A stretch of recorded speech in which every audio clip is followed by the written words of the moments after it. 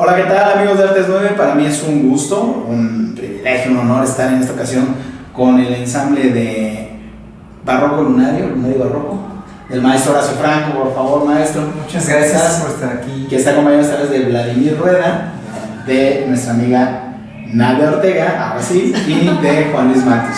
Muy bien. Dados por los ensambles de cada quien, comenzando por el ensamble del maestro Matus, que también trabaja conmigo en Capela Barroca, pero tiene un ensamble de jóvenes músicos muy de gran valía en México, Antigua Metrópoli, que tiene ya más de 10 años trabajando en México. Está el ensamble de Kio Fascino, de la maestra de Ortega, Rani Güell, Miguel Cicero y Santiago Álvarez a los teclados.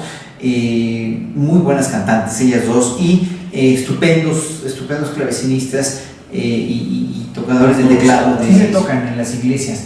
Pero lo que no sabe la gente que organiza conciertos en iglesias es que en las iglesias se toca donde está el altar, y donde está el altar está la cúpula, entonces todo el sonido se va para arriba. Entonces es una sufridera de nosotros también, porque además del público, porque las primeras 3 filas te oyen, pero las de atrás no te entienden nada. ¿Por qué? Porque las iglesias en el siglo XVII y XVIII se hacían la música en el coro, ¿no? Donde el coro, pero claro, si tú oyes la música en el coro en un concierto, te va a dar tortícolis de estar volteado, porque si las bancas están fijas en un lugar, pues vas a tener que voltear el coro al órgano. Por eso se construyen así, porque la música se hace arriba, no abajo.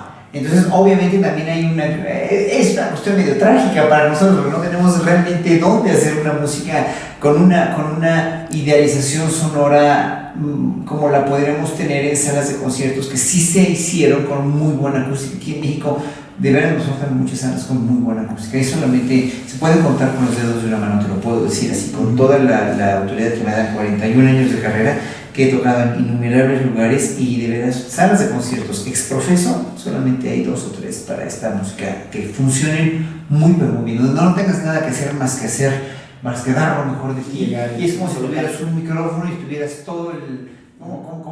La música barroca la asociamos mucho a la música sacra.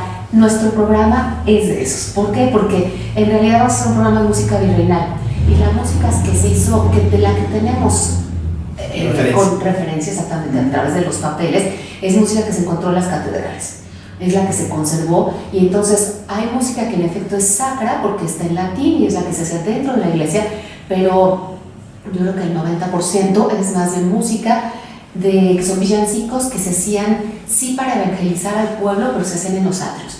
Y este es el tipo de repertorio que vamos a hacer. Entonces la música está en español, pero los textos son villancicos para la Asunción, para el nacimiento, para bueno, hago la aclaración porque muchas veces pensamos villancicos y pensamos en jingle bells, sino es música que se hace en las villas, es música que de diferentes temporadas, finalmente sí, del año litúrgico. ¿Algunas referencias de música barroca hecha ex profeso aquí en México?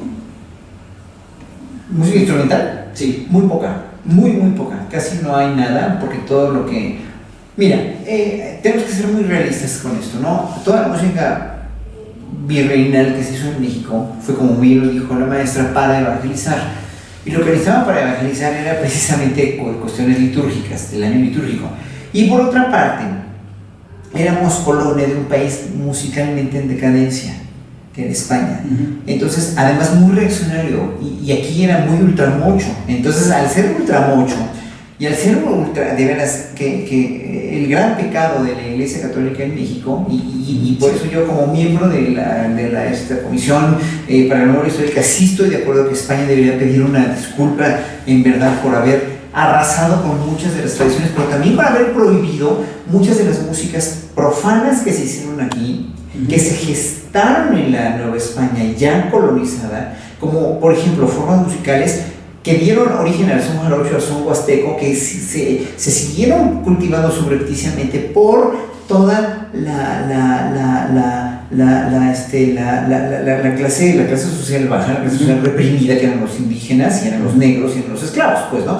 Claro, y que afloraron entonces hasta el siglo XIX. Exactamente, y que finalmente aquí, por ejemplo, se tiene certeza por una crónica, un poema de que se tiene, me parece que es de Lope de Vega, sí es de Lope de Vega, que la chacona, la forma musical chacona, la chacona era una danza bailada por negros y por esclavos, es decir, digo, por negros y por indígenas, en un un pueblo llamado Chacona, cerca de Tampico, ¿no? Y que estaba prohibida aquí por la Inquisición, ¿no? Y eso se fue a dar de una manera subrepticia también a España, y claro, obviamente allá la adaptaron compositores como los españoles, y luego fueron a los italianos, a Porcel, que tiene chaconas maravillosas, y claro, fue una aportación de la Nueva España que finalmente nunca se ha reconocido como una forma de aquí, porque aquí no hay ni una chacona, aquí las prohibieron, y allá en Europa pues hasta Bach compone las chaconas, y bueno, todos los grandes compositores tienen chaconas.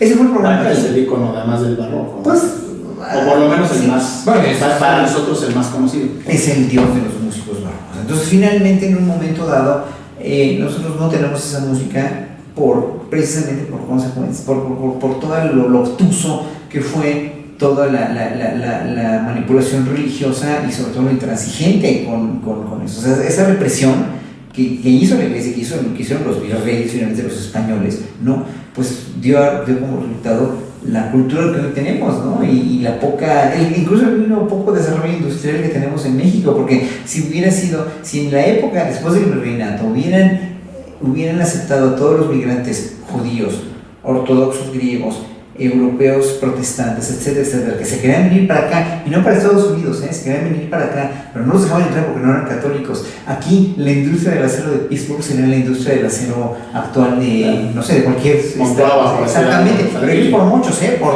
intransigentes, en el imperio de Iturbide, o sea, prohibida la entrada a nadie que no sea católico. O sea, imagínate, o sea, seguimos metidos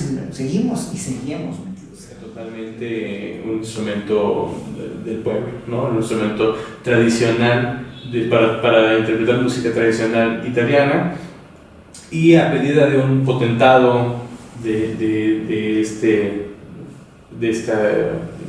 reino de Venecia, República de Venecia,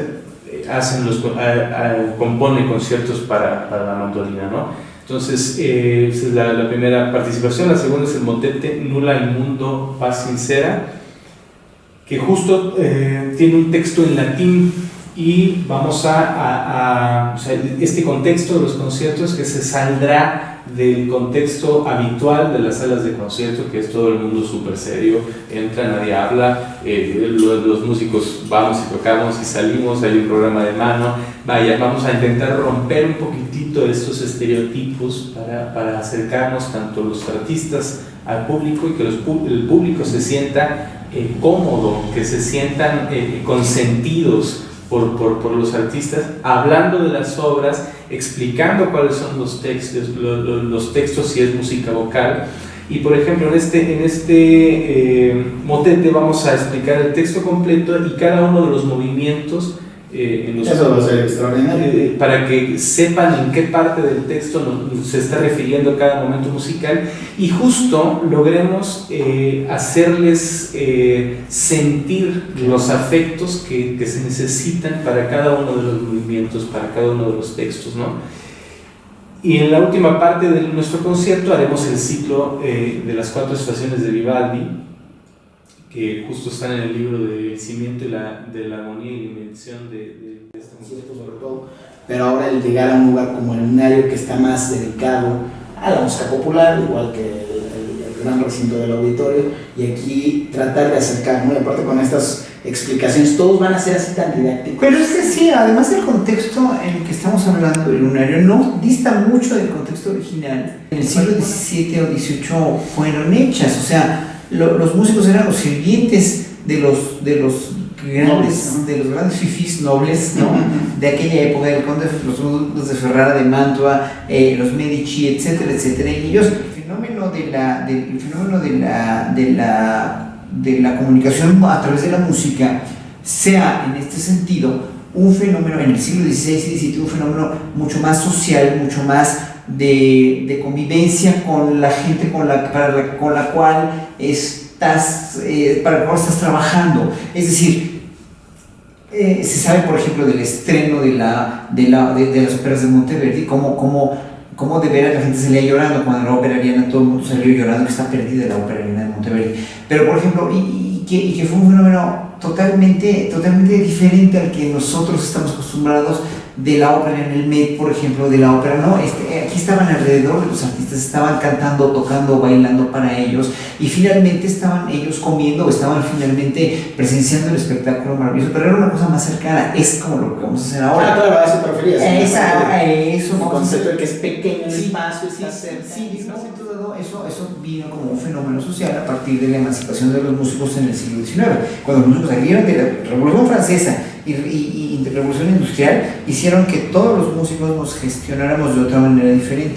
Buscáramos un teatro para buscar entradas pagadas, dijéramos, y para de eso comer, porque ya no nos mantenía el rey, ya a los reyes ya les habían cortado la cabeza. Entonces, ya en un momento dado, ya no teníamos con quién, aquí, así como las viudas de por mi casa, ya no tenemos a quién recurrir, ¿verdad? Pues vamos a hacerlo nosotros mismos. Teatros, boletos pagados, etcétera, etcétera. Tienen que ser obras además de gran envergadura, tienen que ser además estrenos que rompieran con todo. O sea, por eso fíjate nada más, bien interesante, de Vivaldi 500 cachos, 600 conciertos, 600 obras, entre más de 600, 700 y cacho de obras, tienen miles de obras, incontables obras, Bach también, muchísimas cantatas, todo, Scarlatti, 555 sonatas, pero oh, sorpresa, bueno, Mozart, 40 sinfonías porque vivió un poquito, pero Haydn 100 sinfonías, pero después de ahí te vas a Beethoven, que escribe nada más 9, Brahms, que escribe 4, y ya cada vez los compositores empiezan a dimensionar sus obras de una manera mucho, pero mucho más, ya para vender. Ahora sí que hay que vender, órale, vender y a gran escala, ¿viste? Entonces, obviamente, cada estreno de una ópera costaba mucho dinero que tenían que recobrar y tenían aparte que vivir de eso. Digo, Mendelssohn porque era millonario, pero la mayoría de ellos no. Sí, digamos que sería el antecedente del concepto de lo que sería después ya en el siglo XX el álbum. Ese periodo histórico de los 150 años. Exactamente, y el más grande del 17, que es Monteverdi. Monteverdi es el más grande del 17, Bach es el más grande del siglo XVIII y Vivaldi es el precursor. No, Vivaldi Vivaldi es la inteligencia más anormal del siglo XVIII. De veras, una inteligencia verdaderamente vertiginosa y una imaginación ilimitada que antes era vilipendiado por la mayoría de los músicos tradicionales de orquestas sinfónicas o directores o compositores, y hoy por hoy es uno de los más respetados y más temidos, porque de fácil Vivaldi no tiene nada. Y Bach obviamente está en otro plano, ¿vale? Está en un plano astral ya, total, absolutamente fuera de este mundo. No son tan conocidos. En nuestro país finalmente sí se le da mucho peso a la música virreinal, pero dentro de la música virreinal pues hay muchas cosas, perdón, pero voy a decir que no tienen un valor estético maravilloso. Pero este programa sí, entonces vayan a verlos, porque tiene cosas así, de verdad está lleno de tibijum, de pequeñas joyas así de todo de toda la producción que se dio en nuestro continente durante el virreinato. Sí, perdón, maestro. Yo agrego que el ciclo ofrece una riqueza muy especial. Tenemos una orquesta, música de cámara para 2 cantantes, 2 claves, 2 instrumentos de teclado, música 100% vocal y música de cámara para flauta. Entonces las personas si asisten, si nos acompañan en los 4 conciertos, pueden empaparse pues y conocer pues toda la gama, como tú decías, de los 150 años, pero de las diferentes latitudes, de los diferentes impulsos que tenía la música en esa época. Hay música religiosa, hay música completamente secular, canciones de amor, que es lo que nosotros vamos a interpretar, interpretadas a 5 voces, música plenamente orquestal, música para flauta sola. Entonces es una gran oportunidad, aparte muy cómodo, en un espacio muy a gusto, donde no tienes que estar ahí nada más callado, sino puedes incluso comentar un poco con alguien, esto me es interesante, muy relajado. Sí, ¿Y no hay un combo para los que quieran ir a los 4 conciertos? Sí, creo que sí. A ver, Arturo. Pues sí, porque precisamente estamos hablando de... Sí. Arturo Francharte, precisamente. Sí, hay un abono para los 4 conciertos y tiene un descuento, un precio especial, además. Para que el que quiera ver ya las 4 clases, yo le diría así, porque la verdad así va a ser también. Y la verdad es que es un programa súper rico, ¿no? Los 4 conciertos variados, y aparte todos ellos son muy divertidos. Claro. Y para adquirirlo normal, no entran a la página y ahí aparece la opción de los 4 conciertos exactamente. en el paquete. Sí. Perfecto. Qué buena pregunta, ¿no? Pues sí, porque bueno, ahorita que estamos hablando de eso, pues estamos viendo ir desde Vivaldi y pasar, bueno, no sé si alguien me comentó, también va a haber violines, supongo. Sí, pues Bueno, Él va a pintar Supongo que en el primero, en el segundo ya no. No, el segundo son voces y continuo. Ve que fue así, Roshino. con clavecín y El órgano. tercero es los 5 voces, La capela y el último eres tú con pura flauta. Con pura flauta, sí. Así es. Vamos de más a menos. No, está bien, no, sí. Es minimalista. Sí, pero se van a divertir Claro. mucho. Yo creo que es un espectáculo, vale la pena aperturar para los artistas y para los públicos, aperturar esta clase de lugares que se salen de toda imaginación para recibir cultura, para dar, recibir, ¿no? Siempre estar enriqueciendo y siempre tener nuevos lugares para hacer música. No importa que sea, ojalá que algún día hagamos un auditorio nacional de música, de barroco, de música. Sí, Claro. por supuesto.